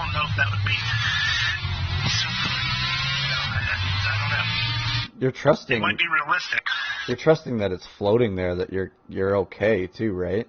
Nothing's gonna fall. Like, you know, it's obviously got to be really sturdy and not come apart because that thing is throwing stuff around. So I can't find a price, so you know what that means, right? Oh, it says email if interested. It's free at the bottom of the site. Brian's already sent his email. I thought if it doesn't have a price, it's free. Got another motion rig, not as expensive, but very nice looking, and it is still on the higher price. For about 11,000 euros, you can get this 6th Direction of Freedom from PT Actuator. And what's interesting about this one, when you take a look at it, it's actually it's got 4 up and down servos, and then it's got 2 lateral servos, and it sits on casters as well. So you can actually get some real slip motion as it'll actually move on a platform, so you can get some sideways yaw in this particular unit, which doesn't come with most motion rigs. This is fascinating. It's got the 4D box corner style like Brian has, but then that whole platform you just described, David, on the bottom with the slip angle stuff. Any thought, Brian, on trying to get something like that? No, I know some of the guys that I race with have that 6th degree with the yaw movement, and it's a big project to convert a rig to to give that yaw effect. So yeah, I'm not interested in doing that. It's just to me, it's just too much that would be invested in making that one extra degree of freedom. I'm happy with the 4. There's other ways to simulate that yaw, but I don't see that so for me anyway. You're basically saying if you were going to go this route, you would probably be better off getting something like this that's already built for it. Yeah, exactly. I think you're right, Dave. To add one to an existing platform system is a lot of work. Not just the money, but it's also a lot of work. So, like I know Peter Kopko from OBRL has done that to his rig, and but he lives for that kind of stuff. But yeah, I'm not interested. But if you are interested in a 6th degree of freedom with that yaw, I think this is the way I would go. A system like this, where it's already built together, ready to go. Now, also on the website, I don't know if you guys noticed, the sim racing garage, Barry has gotten a hold of one, and they show the video on the website. Yeah. It is the 5 direction one, though, not the 6 direction one. Okay, yeah, I was just trying to find out what it was. Yeah, you're right, it is the 5 DOF. So it's the older model? A cheaper model. And when you see Barry driving it, it doesn't jockey around as much as we saw in that dirt video of the Pro Dirt trucks. When you're on a road course, it's a little more subtle. But boy, what a beauty, man. Barry put out this video in June, so.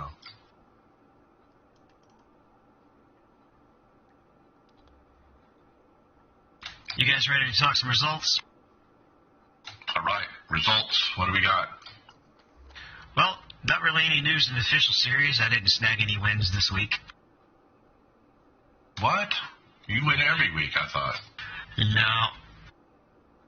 But we did get to run the Winter Series. We finished it up this weekend, or last night, in fact.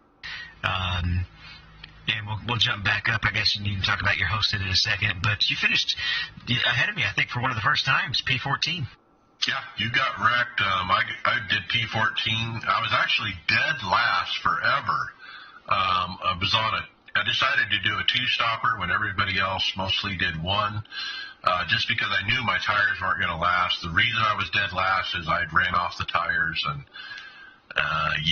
and so, but some late cautions played to my favor, and with some people wrecking out and different things, and I think I was as high as 8th at one point. I had a slip and fell back to 14th, but to be running top 10 in Winter League near the end of the race, I was a little shocked. But Yeah, I extended some colorful language to you because you kept calling for a caution, and I did not want one. And then the guy spun right in front of me, and I'm pretty sure I spent so much time thinking about how I just did not want that damn caution to come out that I forgot to dodge him. And I just drove right into him. And ruined the car. It ended up not making any difference point-wise, but I should have finished probably around 12th. I had learned how to take care of the tires. I burned them off the first run, but the second run I was doing a good job of taking care of them. And with some of the people short pitting, I was going to finish about 12th. Ended up 19th, though, and finished P5 for the season. Yeah, and you were a little worried about losing P5 for the season to Jason Maines. He was having a great run, and he was actually involved in one of those cautions, and that saved your day. Yeah, I don't know how the drop weeks would have figured in, because there is one drop week, so I don't know if that ended up being my worst finish all season, in fact. So I don't know how much of that would have been a factor or not, because I had a 15-point lead on him, but I didn't know how much I was going to lose because of the drop week. What a fantastic league to be a part of. Alan Pajari and Josh Campbell and those guys put on a great show. A great group, too. I mean, we had the Elliott Sadler esports guys in there, including Elliott and Hermie, every week. And some of their drivers, like Derek Justice in there, who's a Coke driver. Christian Chowder, a bunch of staff members, Tyler Hudson occasionally. Nim was on there quite a few times. Nim Cross, right. And it's fun to race those guys and see how you stack up. And obviously I was running dead last, so you can see how I stacked up. Yep. It looks like you spent a lot of time playing around and hosted this week. I did. I've talked about Chris McGuire and his hosted races before. It's almost like a league, but it's not, a league. He just puts up hosted events on certain nights. He runs them one after the other. And I love to just jump in and, for a quick race. And it's usually a pretty good group that goes in there. And he fills the room, too. I mean, it's like full. So first I ran Michigan IndyCar, and they had no damage turned on. So started P28, finished P6. And something he does is he puts a limited amount of fuel in the tank, where you have to basically do a stop to make it to the end. You have to do a splash and go. And so that usually provides a little bit of strategy of when do you stop? Do you stop with the group? Do you stop by yourself? And that kind of thing. The next race that night, the Car of Tomorrow, NASCAR at Daytona without the restrictor plate. Man, that's a blast. Started P29, ended P4. And just loved getting these great runs with these guys. The next race we ran was Supercars at Michigan, the Australian Supercars, where the steering wheel's on the wrong side of the car. Again, a great run. And then one of my favorite after that was Pro Mazdas at Michigan. I actually got wrecked out in that one. That was the only bad finish out of the bunch. But it's real easy to get wrecked out in that one because they can go 6, 7, 8 wide at Michigan. And then finally, the last race of the night, about 10 o'clock or so, we ran the Car of Tomorrow at the Coke Speedway. Well, I should say the iRacing Super Speedway. P1, I got me a win. It's been a while since I've won, and obviously dominated at that track like I usually do. It was a blast. I can't tell you how much fun that is. Then we get back into our league racing a little bit, and I don't see a whole lot of results on here, but Brian, it looks like you did get to run the ARCA series this week. Yeah, Monday night was ARCA at Michigan. So that's the first week of the playoffs for the ARCA series. So that's they'll race Michigan this week, and I think it's Bristol next week, and then they will take the 8 drivers and narrow it down to 4. So let's see. So I actually started on the pole position on this race, so I was pretty happy about that. But man, did I have a terrible start. I didn't get a great launch from the beginning. I was being a little too conservative at the beginning, trying to save a little bit of tire, and I just got a little bit too far back in traffic to kind of work my way back up. I wound up using up tires trying to get by other cars, and just wound up just settle in at 6th place. So it's okay finish. It should keep me in the hunt to advance after next week's race at Bristol. So I'm looking forward to trying to hang on and make it to the next round of playoffs in the OBR ARCA series. I think that wraps up all the results, but before we go to final thoughts, Tony, or you might even want to say it in your final thoughts, did you mention that fantasy was going to be starting back up this year?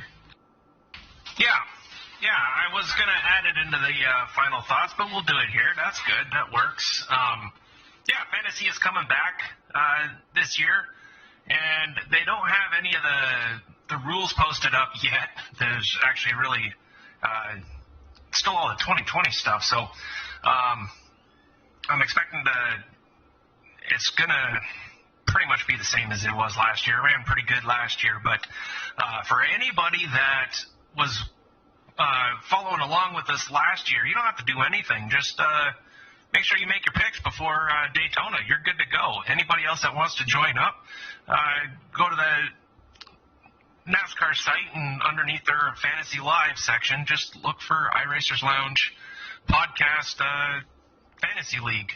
Now, the one thing that's going to be different this year is that we're going to be doing all the coverage over on the Aftermath show. And since the Aftermath show is every 2 weeks, that means we're going to do a little blurb on the off weeks, just a 5-10 minute audio segment, just to give a rundown of how things are sitting, and there's some tips and just some fantasy insight that we have, which may or may not help you the following week. So we'll see how this all goes, and looking forward to it. It was fun last year, and should be fun again this year. Yeah, and since I was signed up last year, I don't have to re-sign up. I actually opened the NASCAR app and took a look, and our group is still together and ready to go. Yeah. For everybody that hung out last year, it's super easy this year, and the sign-up process is very, very simple. It's very easy, and once you're in for the whole season. Come on out. Yeah, I wasn't around for that last year, but I'm really looking forward to doing it this year. It's going to be a lot of fun. Well, I'm looking for a whole bunch of newcomers this year to bring me some challenge and see if I can hang on to the top spot again this year. We'll see. The COVID changing the NASCAR schedule, where they had Saturday races and Sunday races and midweek races and all this crazy stuff, that really screwed me on this fantasy because I couldn't keep up with it. I was literally too much to, oh crap, there's another race going on. I didn't even realize it, and I didn't make my picks and all that. So hopefully this year we stick to a schedule that NASCAR has put out, and we don't have to do all this craziness, and I can do better. So you're saying it was like they were changing to daylight savings time every other week? Crazy, yeah. I mean, I couldn't keep up there in the midsummer when they were changing everything. Okay, so we'll move on to final thoughts. Brian McCubbin. All right, guys. So I mentioned this last week, but I signed up for the Podium 500. So tonight is the race to get into it if you did not meet their minimum requirements for license and SR. So I didn't have to worry about that. But I will be in tomorrow night at 7 o'clock. They have their time trials for they're qualifying, I guess. They changed it to one lap qualifying so that the people can't manipulate their tires like they do in the Porsche Cup Series. So if after qualifying tomorrow night, they'll set you into 8 different heats, and the heats are Saturday anywhere from I think 12:30 to 5:30. They're 20-lap heats, and then the winner, the top finishers go right to the final race on Sunday morning, and everybody else gets placed on a last chance qualifier. They have 2 of those on Saturday night. So looking forward to giving this thing a shot, see how I do. And it'd be cool to see some, maybe getting some races with some, names that I might be familiar with from Coke Series or elsewhere. And so that's what I'm looking forward to this week. And then it's off to the NIS. So what's the strategy with a one-lap qualifying? Do you go high, stay low for the lap, or what do you think? I would think you probably, when you're at lap, stay high and then just stay low on the one lap. I never really qualify all that great at Daytona anyway. I'm not really expecting a whole lot as far as qualifying. So, the heat races I imagine are going to be just a crapshoot like any races at Daytona where anything can really happen. So as long as I race smart in the heat races and make sure I'm there at the end, hopefully something can happen, I guess. Okay, David Hall, final thought. Pretty proud of that P5 in that Winter Series League. That was a tough league. It's pretty neat to look up there and see your name right next to Derek Justice and Christian Schallender. I'm no pro, but it was still exciting to get that kind of result. And most of it actually didn't come from being the fastest guy. It just came from being consistent and staying out of trouble in what was a fairly clean league anyway. It was a great league, like I said, and Alan and those guys did a great job. What a great roster he's put together, and looking forward to doing that next year. Okay, Greg Hectus, final thoughts. Looking forward to getting back in the NIS to racing the ovals again. I've been on the road the whole time. We've been in the off seasons, but I'm also about to undertake. Probably starting tomorrow, I'll be ripping apart my my whole rig here and reconfiguring it with my new. I guess I'm calling it my studio. I'm going to make my studio here for my video editing and graphics and all that stuff that I've been doing. So I'm going to set it all up and have my rig separate to the other side and be able to work back and forth between them and just kind of separate everything so that my rig is. I'm not sitting here and doing the podcast in my rig. I'm going to be it'll be from a different angle next week, so I'm looking forward to getting that all set up. So you got yourself a table today, and you've been putting that together and different things? Yeah, so I got a gaming table. I'm gonna mount my 2 monitors to it. I got a chair that's gonna come, a nice chair to sit in that's coming on Sunday, so I'm looking forward to it. I'm also off work next week, so I get to do a bunch of racing too. Hopefully, once I get everything set up here, and I got to finish qualifying for the Canadian Pro Series. Okay, good luck in that, and we hope you run well. All right, Tony Groves, final thought. All right. Well, 2 years ago in the NIS series, Mr. Chris Scales had the most amount of races started. What has that got to do with my final thought? Absolutely nothing. Go Poke High. We just finished up an Aftermath episode. We had Brian on. We were talking about 24. That was a lot of fun. That was a great amount of fun. So make sure to check that out. And, look for us in the off week coming up here soon. Like I previously announced, we're going to start doing some little shots of NASCAR fantasy, and then we'll dive a little deeper on our regular record weeks. So, check out the Aftermath. Yeah, absolutely. Looking forward to that. Make sure you guys get your fantasy picks in before the race a week from Sunday.